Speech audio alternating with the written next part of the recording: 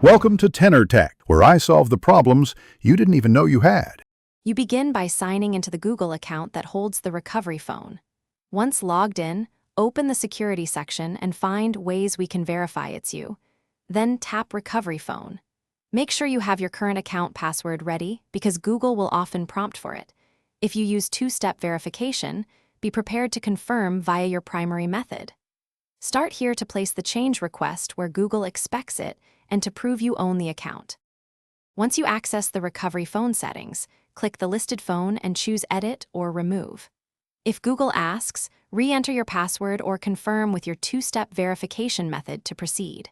When editing, type the new phone number and verify it via the code Google sends. When removing, follow the confirmation dialog to delete the number. Be deliberate.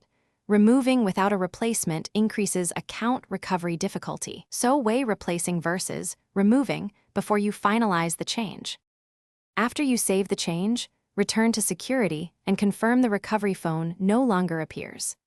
If the number still shows or Google blocks the action, make sure alternate recovery options like a backup email are up to date and that you passed any additional verification steps.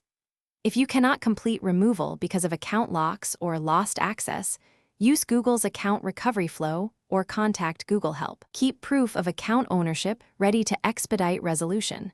This final check prevents accidental lockout. Thanks for watching. Subscribe to keep your life in tune.